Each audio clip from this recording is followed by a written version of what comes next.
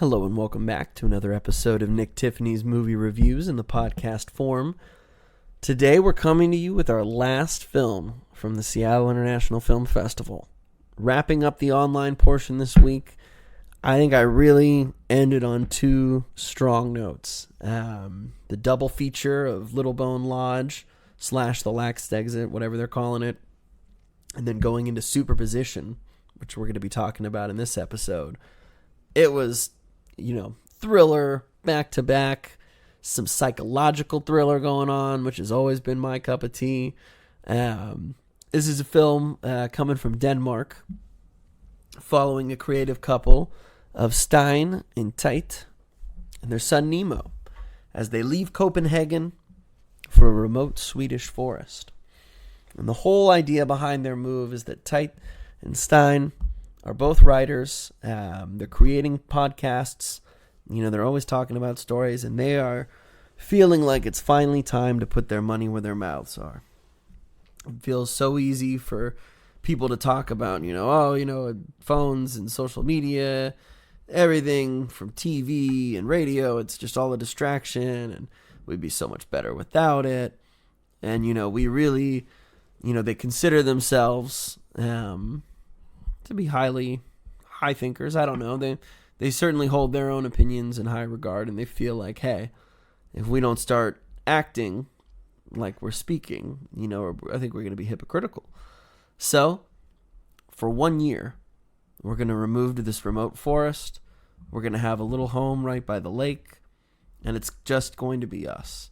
That's the whole point of their move, is it's just going to be us, and it's going to allow us time to grow and connect more as a family, grow and connect more as a couple, and then really just tap into the honest and earnest way of life that, exists without all the distractions of the real world. And, they're promised that when you're out here, it's just one home and it's just you guys. And so at first, things are fine. It's a beautiful, beautiful setting. They're in the nature. They're out in nature. They're in the woods. They're by the water. Their son's enjoying it. But their son, for me, I'm like, I feel like he's in his terrible threes. Because, oh my gosh, he's really, really needing attention. And, obviously phone and screen time is used as almost like, hey, just, give me 30 minutes. Please just stop yelling. Go on this. Mom needs to get some writing done. And, it is what it is. It's, hey, it's your turn to go take care of the kid. Because I got to write. Well, I have to record our intro. I've got to do whatever. So you see kind of early on, obviously, there's a little tension between husband and wife. And they're pretty honest and mention it themselves as they kind of dive into their podcasting sessions and talking about why we're out here, what we hope to accomplish. And so it's clear Teit had done something in the past, and it certainly led to somewhat of a disconnect between the two of them in their romantic lives, or maybe in their ability to trust one another. But as they said, this is it's a perfect opportunity for us to regrow as a couple, to move forward, and to create a better life for us all. And so things are going great. Things are wonderful. Until one day when they're out by the lake, all the way across, it was almost, I couldn't even see it. But Stein says, look over there. Look right over there. That's people. There are people on the other side of this lake.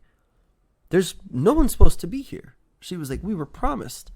Nobody was supposed to be here but us.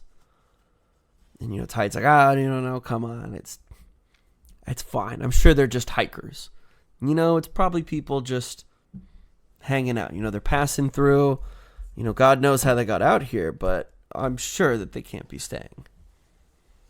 Okay, all right, honey. We'll try to believe that, Sure. They're just passing by. And so as more time goes on, I think I saw smoke coming from the other side of the lake. Does that mean they have a house? Does that mean there are people who live right by us and we don't even know it? And then maybe I thought I saw something out in the woods yesterday. And it really kind of unsettles Stein. She's very, very untrusting of what's going on there, feels uncomfortable. And I think partially because Teit feels so naive about it all. He's being so naive about it all. It's fine. And, it's no issue, really. No issue. Until it doesn't become an issue, but there's a separate issue. One day, they lose Nemo out in the woods. Not for a long time, but they're frantically searching for their child, and they find something that they never would have expected. And we're just going to leave it there. I might have already revealed too much. This is a doubles film in the sense that, you might have some multiple characters, multiple familiar characters in the film, and you're not quite sure what's going on. Superposition was terrific. This film kept me along. I did not expect it to be as engaging as it was, just in the sense of exploring kind of the dynamic between Teit and Stein, and really learning more about them, learning more about their past, how they view each other, the forgiveness they seek, the changes they want, and then how some of that is cleverly used with some of these doubles, perhaps. It's a film that really leaves you guessing, can kind of steer you in a direction. You think you might know what's going to be happening, and then it totally flips. You're totally wrong, and you're like, what the hell's going to happen now? That leaves you all these little clues throughout, and it helps you kind of piece together a larger sense of the, this kind of creepy world that they're presenting to you. But it's really, at its core, almost a study of these two and their relationship, and, a study of the lengths you're willing to go to try and make something work, the lengths you go to trying to keep what you've built. But also all these underlying feelings that, when they're never brought up or never really addressed, this resentment that can grow sometimes, and just how it can tear you apart. And so this film places this couple in a very precarious situation. And it's really fascinating to watch some of the choices that they make, what kind of informs those choices. It was a perfect way to kind of end my Seattle International Film Festival 2023. Doing this back to back, like I'd said with Little Bone Lodge, it was just like thriller. Couldn't have asked for a better set of movies to go through. It was the perfect, I'm not surprised, but I was really hoping for something that would kind of just grab me and, I don't know, just shake me up a little bit. After the first, I don't know, I was probably about a little over 50% for these movies at SIFF. Just as far as ones that I enjoyed, would recommend, or ones that, really stick with you for one reason or another. And so I'd been hoping for something different. I know for me, I find a lot of foreign films really fascinating, whether it's how they deal with I don't even want to say the brutality of man, because there's tons and tons of movies here in America that deal with that deal with morality, that deal with some really effed up situations, real life situations. But over here in America, we're a little less willing to delve into something that makes us uncomfortable, whether it's visually or psychologically. And I don't know. I've just always, since I started delving into foreign films, probably 10 plus years ago, there's just so many fascinating stories, whether about the human condition or horror films, sci-fi films, which at their heart are led by things that we all feel, things that we as a species endure. So this, hats off to it's a small crew that made this movie, as you'll see, but it's lights out. It's just really some terrific stuff. So Superposition, when you can find it, when it's streaming, Here's another one. I'm going to be beating the drum because I think for me, it's a must-see. It's a must watch.